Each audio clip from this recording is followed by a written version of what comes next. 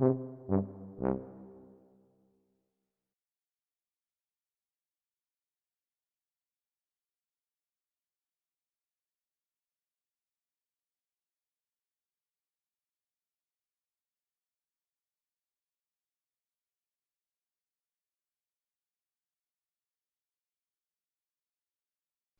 everyone, and welcome to the fourth discussion of the second day of GovTech Week.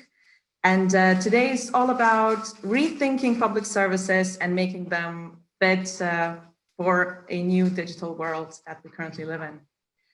We will continue today with a panel discussion on seamless government and how to deliver public services proactively.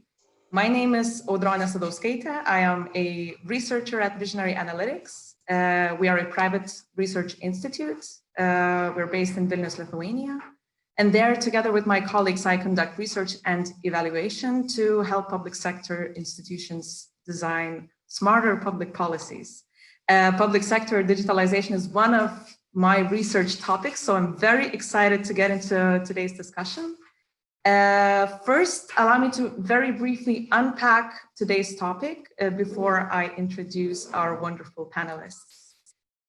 Governments everywhere in the world are undergoing a digital transformation with a similar goal in mind. So this is a totally automated, integrated, personalized, and proactive public services. And people increasingly expect these services to be accessible to them by a single tap of their smartphone, or even voice activated, as you would activate your Siri, Alexa, Google Assistant, or what have you. People actually do not want to care which public institution is responsible for each little task that has to be done for them to, let's say, start a business. They just want a seamless experience without having to, think about what happens at the back office of the institutions. But we are not quite there yet. Government silos, obsolete legacy systems, PDF forms and websites galore actually limit our progress and slows us down. So today we will try to unpack this path towards seamless government, and we will focus on three things.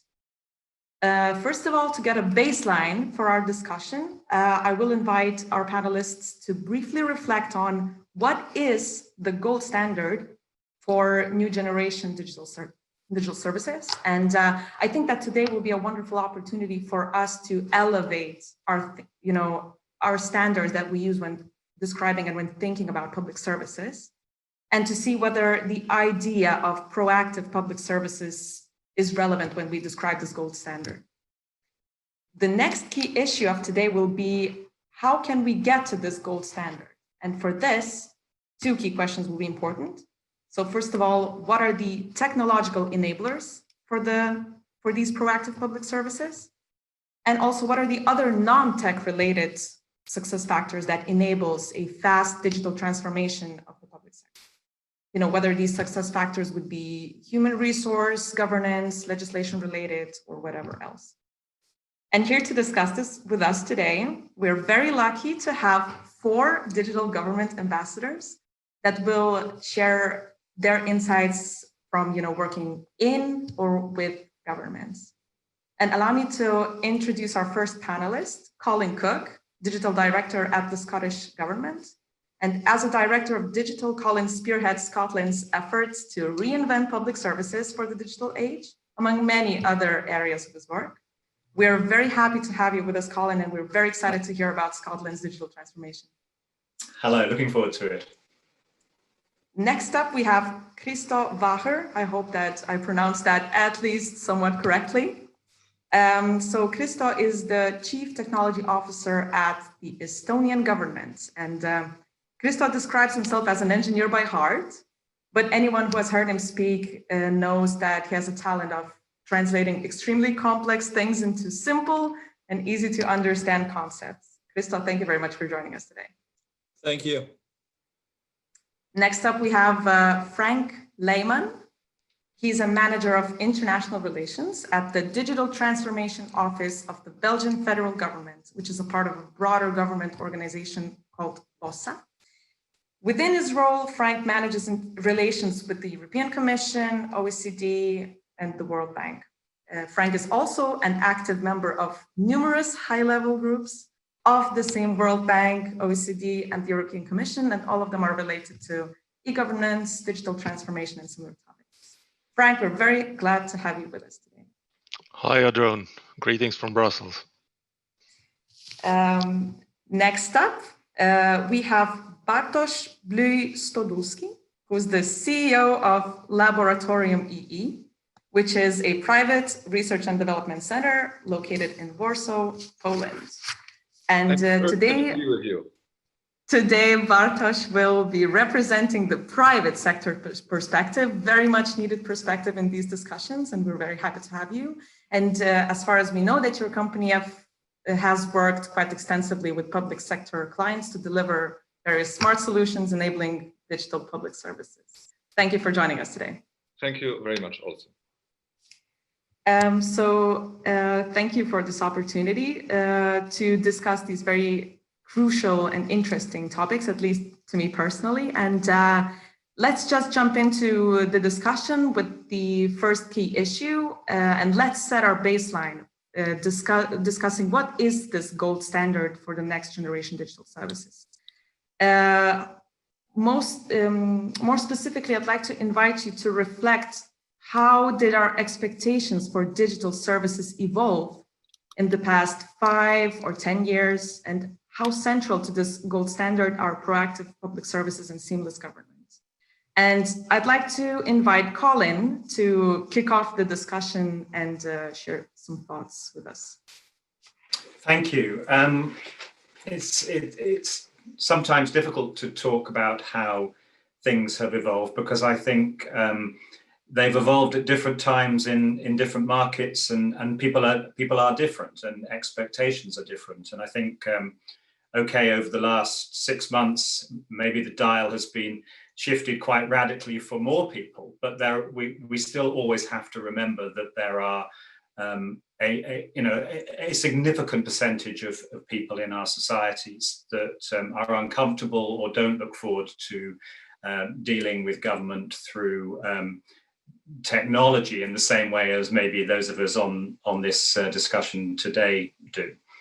And I think to a large extent, if we look historically, our expectations of public services have been set by the experience of services in other sectors, particularly the private sector. And I think if I go back 5 to 10 years, I think that was usually what one would hear as a driver of the digitization of government. It was that quite often expressed very simply as, if I can bank 24 hours a day, or I can buy theatre tickets at any time of night, why can't I engage with government on the same basis? How I think the gold standard is now, a few things I'd highlight. I mean, I think firstly, the gold standard is services that are clearly and obviously designed around individuals. Perhaps one of the biggest changes I've seen in government over the last 5 to 10 years is not so much the introduction of software engineering as a discipline, as it is the real primary focus given to service design. And I think that's been a significant shift. So I think that's the first element of the gold standard. And the second element I would focus on is a greater understanding of where government needs to differentiate and develop specific technologies, and where it is most appropriate to use commodity technologies driven by the marketplace. I think the gold standard is a far greater understanding of those elements of service that can be done more efficiently, more cheaply, through common commodity technologies, and the differentiation between those and the things that really matter to people, where the focus of government innovation in the GovTech market needs to be. Krista, would you maybe like to share some of your thoughts? Yes, really good kickoff by Colin here. I think that, well, as I'm an engineering background, reality really is that I'm looking at real life problems, right? And I think that public sector here has an incredible opportunity to be pioneers in a way that private sector may not encounter yet today. And this is exactly for the reason that we don't expect to talk to our government every single day. None of us do. We don't expect our government to be there and ask how we are doing every single morning, or have a monitoring of our everyday lives at every single moment of our life, right? So I really think that we don't want active communication with the government and all of our public services every single day, but we want them to be there when need arises, which means that if something happens, if an accident happens, or if I need social support of any kind, then I need my government to be there. And at that point, I need this to be as seamless and as convenient as possible. So when we are looking at what is the ideal gold standard, as has been described here, then the ideal gold standard would be that we, each of us, would have a government official living with us all the time, there whenever we need them to always know every single answer to any kind of question that might arise, and not bother us when we don't need them. Like, this would be the perfect ideal, but obviously this is not possible to achieve. We don't have people that would like this kind of job, and we don't have enough manpower or financial resources to actually make it happen so that everybody would be as competent to be able to provide this kind of service. So we need to look at technology, how we can address at least 90 to 95% of this need, this everyday routine, through technology. And this is where in Estonia, what we're looking at the moment is providing government services, at least the majority of government services, through virtual assistants, so that the services are there when you need them in the most convenient and in your most everyday environment possible. You don't want all those PDF forms. You don't want all of those websites that you need to navigate through. You just want to tell your phone that, hey, I was in a crash. What should I do? And you want your phone to then ask you, were there people injured? Then you're going to say no. And then it's going to ask, was there damage done to private property? And then you're going to say no. And then your phone will tell you everything is going to be all right. Make sure that insurances are going to exchange data. You don't need to call the police. And this is the kind of service that you would expect to get if you were to ask a friend that already knows all of your answers, such as like calling your parent that knows all the answers, or your friend that knows everything, right? You expect same kind of assistance from a government that gives you this kind of assistant that is able to make your problem solved, but also make you believe that now this is done. I did everything that I had to do without having to again read through multiple forms or all the minutiae of some small text or small print in some government bureaucratic text. You really want it to be an assistant provided with the help of technology. And if we can get there with 90 to 95% of service delivery, then we believe that citizens are going to be happy as well. You touched upon a very interesting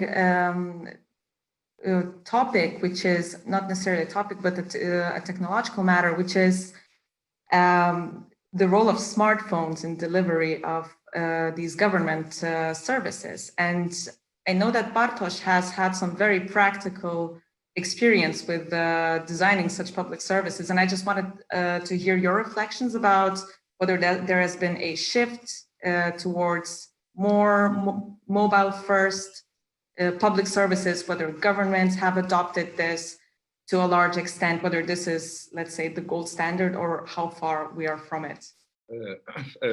Thank you. We opened a very big discussion about these gold standards because the personalization, as Christo was saying, is one of these gold standard legislation, and of course the data privacy is the second gold standard, because we can't forget about that we collect a lot of data about our citizens, but also the data must be very safe, and it's a gold standard. But you touch the next way of thinking about digital public services. It's a mobile first. In my opinion, 10 years ago, we were happy when the paper moved to the web forms on our laptops. 5 years ago, we start to using the marketing word digital service designer, and everybody starts to make a new job. And we were wondering how to make it end-to-end service in the public. Now, everybody use desktops, but laptops, it's a quite old device to use internet. For example, in Poland, one of our clients, the university in Poznań, have a big problem because 2,000 students are not able to fill the forms to the next lecture, or are not able to check the exams because they are not prepared on mobile devices. So I think that the gold standard for the orders to the IT sector should be focused that each new public service in the first point must be mobile first, not desktop first, but mobile first. And it's still not the rule in my country. I don't know how does it look in your experience, but in Poland, we still have to explain that the mobile is the most important device in the next 10 years. We have to show data that people use mobile phones. Everybody knows it, but in orders, it's not obvious. So the conclusion from my part about personalization and automatization is without mobile first philosophy, it will be not useful, and we will be not able to change the public services. Thank you very much for these reflections. And when you were describing this understanding of public services, which at some point was very prevalent here as well, as just putting paper forms online, so basically just making accessible whatever PDF form to order a service. However, you would still have to submit the form, be contacted via email, maybe have some calls, etc., etc. But so I think that this, we're talking about the gold standard, but we need to sort of understand that our springboard is something as putting paper forms online, still prevalent in some governments. But I wanted to invite Frank to reflect a little bit on this, and just, from your experience, working with the European Commission, with, OECD, to what extent do governments have shifted away from this mindset towards, real-time governance, proactive services, or, do governments still struggle to achieve this shift in mindset? Not longer than 20 years ago, even less. We were still in a one-way communication where the public sector was just imposing things towards their citizens and industry without even asking them whether there was a need for, or whether they liked it, or where that was useful. And I think that is the most important change that happened. That is, we went from a one-way communication to a two-way communication. And all of a sudden, you had these citizens who were telling the public sector what they wanted and how they wanted to interact. And yes, then the public sector had to go through a learning curve, and probably still is. And as new technologies are getting towards us at a faster, even faster paced, they constantly need to catch up and to be able to respond to that demand that comes from the other side. And we in the beginning, we said, let's make sure that the citizen can decide which tool he uses, which he prefers to interact with us. So we made our services as hardware agnostic as possible. And then, yes, this mobile phone came up, or the smartphone came up as being the winner out of all these kind of technologies. And that seems to be to become the standard. So it's now up to us to catch up with reality and to be at the same pace. At the same time, services are being personalized, because we saw that was a real need from the citizen side. And we have all the data, we have the infrastructure. We just needed to organize ourselves to make sure that we could offer services in a personalized way. And actually, technically, that was not too much the challenge. We were capable of doing that, and still are. Our challenges today are to digest these new technologies as soon as possible, so that we know what the advantage is, where we could fit it in, so that we can even be more responding to what customers need. And you hear me talking about a lot of words that are marketing related. That's probably the new job that public sector needs to learn, is to add that little marketing aspect in a positive way. I mean that, yeah. So we build services, but maybe we are not always very good in how to launch it into the market, how to educate people, how to tell them how to use it, what it can do for them. I very strongly believe that is a task we need to focus on. And then one last little thing I would like to put here on the table, that is, we have also shifted from isolated kind of services towards a reorganization of that in the form of live events. And I think that is something that is becoming very actual today. While doing that, we take away a bit of the technical complexity, and we put it more in a language that is easy to understand, easy to locate for a citizen. And as a consequence, if he understands it, he will use it more often. So these are the priorities we need to focus on for the moment.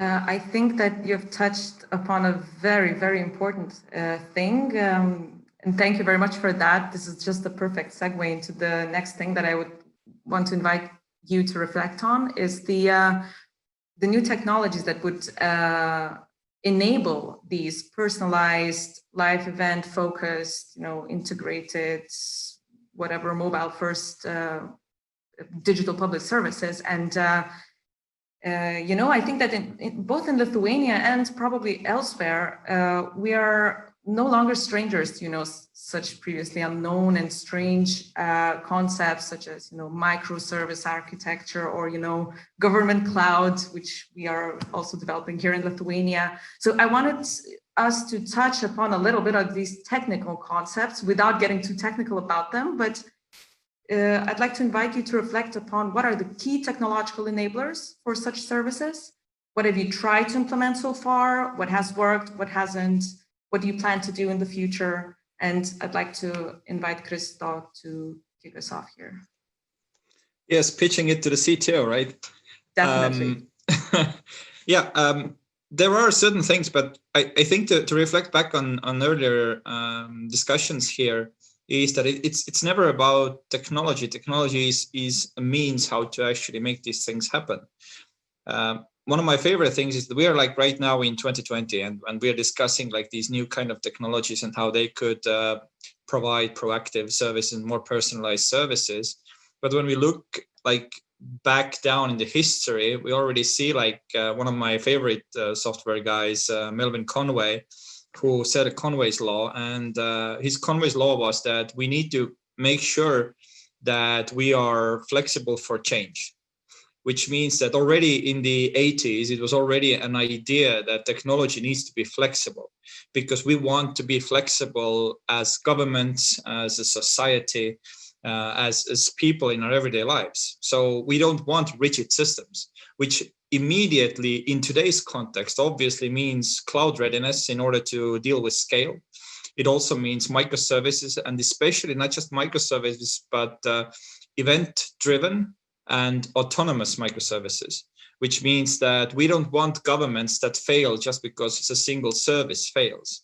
We still want to provide multiple services. And these two things are incredibly important. So in Estonia, we're looking at also, as you mentioned here, government cloud and cloud readiness and microservices.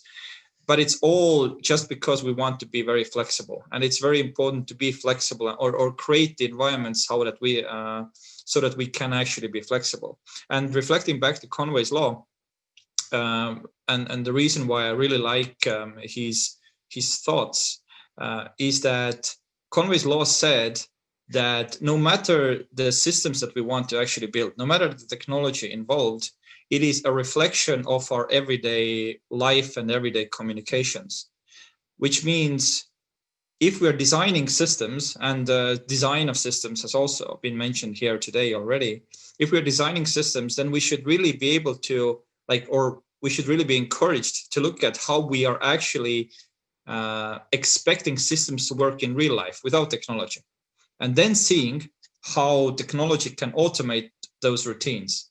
And this is one of my own personal favorite quotes of my own, is that technology's most important role is to automate the routines of our everyday lives so that we can save time to do more creative stuff, that where we do not need this kind of routine automation. And major part of what governments is doing is actually a lot of bureaucracy and a lot of routine. If we can minimize impact of this kind of routine, then we can actually flourish, hopefully, for the next generation.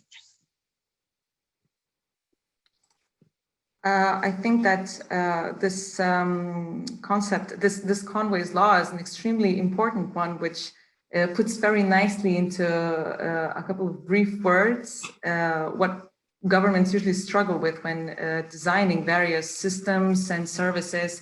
It's that it definitely is a reflection of the people who are designing the service, and it must be a challenge to involve everybody. It's actually impossible to involve everybody that will be using a service in this process. But I wanted to maybe invite Colin to reflect on this a little bit. What has been your experience? Have you encountered Conway's Law in practice? How have you dealt with it? Well, we'll probably give it a different name, but yes, I think I think I said in my opening remarks, the challenge of effective government services is it starts with an effective approach to service design and user engagement, and we have something in Scotland called the Scottish approach to service design. We like to claim that we came up with that, which is it's a very detailed process, and it sets out how one should go about designing services, but fundamentally it comes down to a commitment that when decisions are made about the design of services, a user is in the room to help make those decisions. So it's not something that is just created in the realms of technology. I mean, I totally agree. I think the challenge isn't a technical one, even though the question was put in that way. If you think about what we talked about collectively as the gold standard, services that are scalable. So clearly, government cloud, the use of more general public cloud has to be part of those solutions. Services that are joined up, so we need to build services with common data standards so that we collect data in a similar way to enable those services to talk to each other across the boundaries of government. Services that are accessible and flexible and adaptable. So again, digital standards that allow for that to happen, that ensure that people can use them, that allow you to use the best private sector technologies as part of the overall response. And we're doing all that in Scotland. We have a program to help migrate away from legacy technologies and move to the cloud. I mentioned the Scottish approach to service design. We have a set of digital standards against which every new standard is obsessed, and if it doesn't pass that assessment, will not reach the marketplace and will not be introduced. And I think it's that kind of approach that we're seeing in governments right across the world, and we're proud to be part of that movement. I think that it would be very interesting to reflect on this process of public sector development. So we've already touched a little bit upon engaging, citizens, users of the service when designing these public services. And just to keep you here, Colin, for a little bit, could you tell us a little bit about the digital commercial services that you have launched, and how is this fundamental into sort of getting the market intelligence, getting the knowledge, and bringing these public services a bit closer to the user? Yes, I'd love to. I mean, well, I think out of our original apologies. Can I start again? that's an inevitability of living in the digital age. The phone is going to go off. Yeah, the digital commercial service. I mean, we started exploring the GovTech market with a project called CivTech, which was all about innovation and putting new challenges out to the marketplace to develop solutions. And we also realized that some of our more fundamental challenges, if we could find a better way of engaging the private sector in developing solutions for those, it would help us get to those solutions quicker, faster, and more effectively. So we set up the digital commercial service, and it works right across the gamut of what we do as an organization, from the very small things like CivTech, where we have unformed challenges that we're looking to help with, right through to the large scale contracts that we've had for some time that we need to ensure the government we're getting good value for.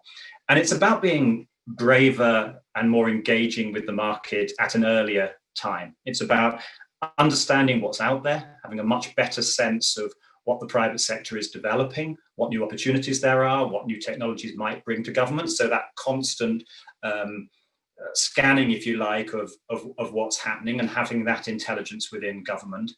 It's about a better understanding of how the private sector ticks, so that we have we both recognize that we have different objectives from that relationship, but if you do that and you're open about it and you discuss that, then the result will be better.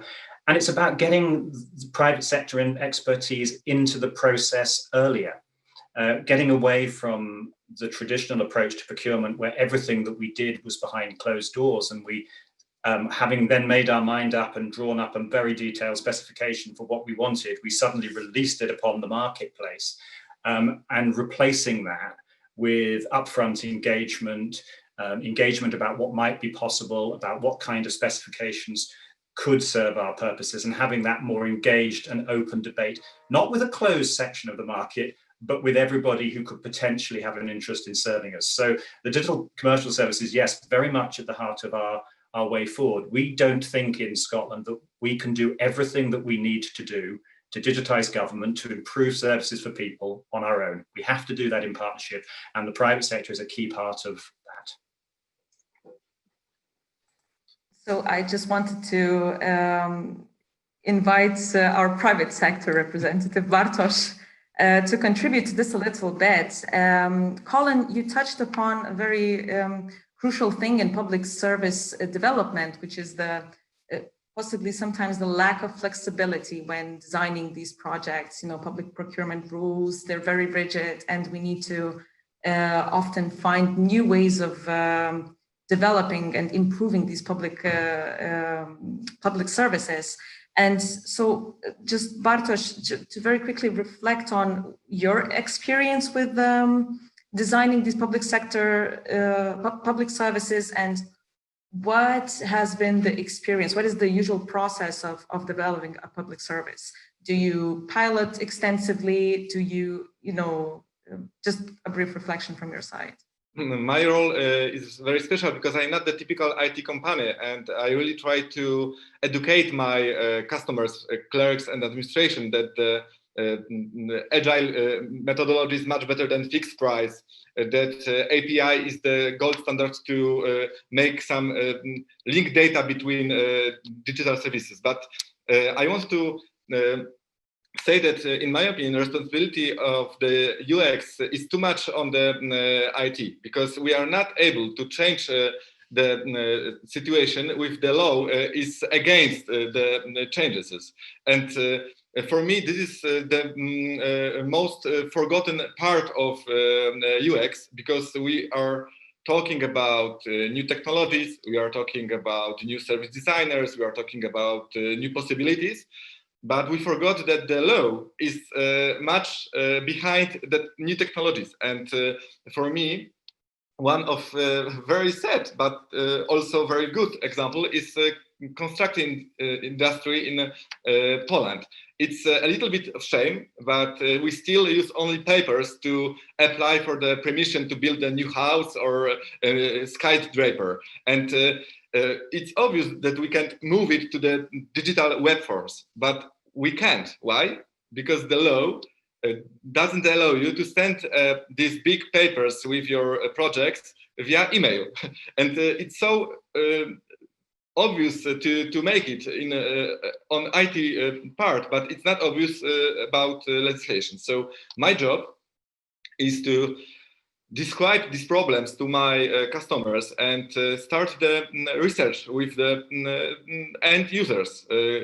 And we show them the proof of concept. We show them how the IT system could look, but also we try to get insights what changes in the law must be done to make this life simpler. And this is one part of digitalization. It's a legislation, as I said. The second part is a problem about digital cloud and the GovCloud, because people don't believe that it's a good solution, and you have still show why it's the most important way to go to the cloud. So this is the second part, and the third one is, as I said, the terms. If we want to be flexible, as Colin and Christo said, if you want to be follow the business, we have to also to follow the solution in hire the IT companies, because if we always want to have fixed price, they can't be flexible. So in my opinion, the goal for us is not only talking about UX on the IT part, but focus on the UX on the clerk's part, and wondering how legislation can be more useful, and the terms between IT companies and administration can be more flexible and open-minded for changes. So yes, so this is my point of view. Since Bartosz just mentioned that many things that government officials have to take into account, to think about, that's legislation, technology, user experience, and a myriad of other things that you need to assess, look into before jumping into whatever projects. And I wanted to invite Christo to reflect a little bit about what is the mix of competences, of skills, what should be the team that takes charge of such public sector transformation, public service transformation projects. So is it only the responsibility of the legal guys? Is it only the responsibility of the IT guys? What should be the mix? Yeah, I'd like to reflect on the previous talk a little bit here, that the law was brought into here, and regulations were brought into here. I think that in terms of technology, there's an interesting saying that if you regulate before you innovate, you're never going to innovate. So I think it's a duty of a government to also provide this kind of safe sandboxes to innovate, so that where you can try out new things without being dragged down by the existing legislation or laws even. I think this is one of the important duties. But I'm of a strong belief personally in terms of this, that you really shouldn't build stuff yourself that you are not the best of. What this means that unless you have a hypothesis that you can do something better than everyone else, then you should really just outsource it. You should just use something as a service. But the role of government there is that sometimes there's a need for something that doesn't exist in the marketplace yet. And in this sense, at that point of time, the government should take a stronger control as a driving force to make it happen, using partners in the private sector, but having much more control over it until they've gotten answers to their hypothesis, until they've seen that there might be a business case, and then they can push it into private sector. It was eye-opening for me a few years ago, once I came to work in the public sector, when I was told that, traditionally, just to think about it, traditionally government used to do a lot more than they do today, because a lot of the fields have become standardized, and then given to the private sector. Things such as banking or infrastructure and communications. These were traditionally fields of a government, and now government just assures fair use and the rights of the citizens, but these services are being provided by the private sector. And I think that for the next generation, the same thing applies. As a government, we're kicking off new things, making sure that the rights of a citizen are kept safe.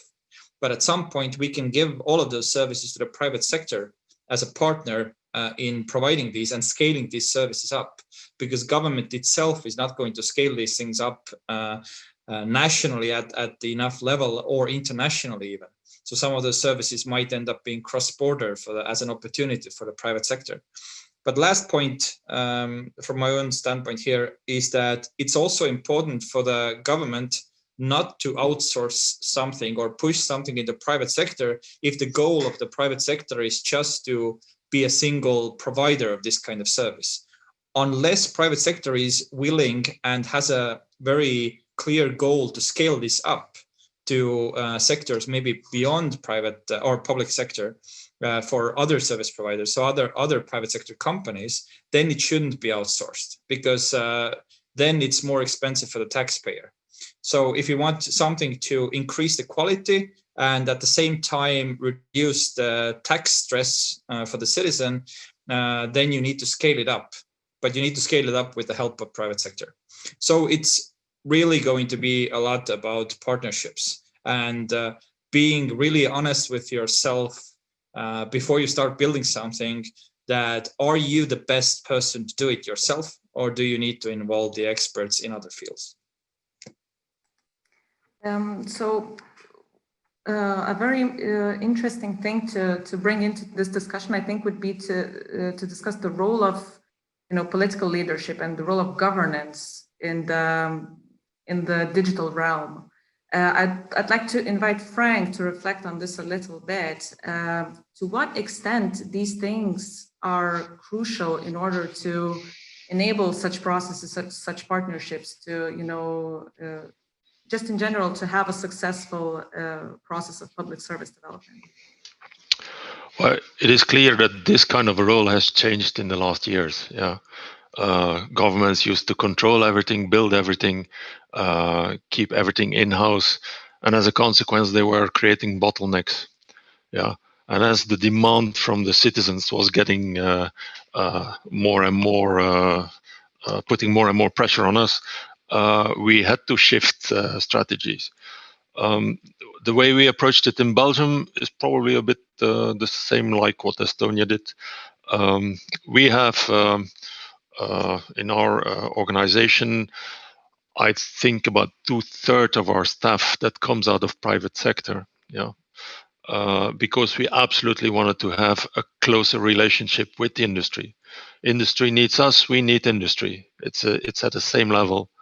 But we've decided that we did not want to keep everything in-house anymore, but to work more in a long-term partnership.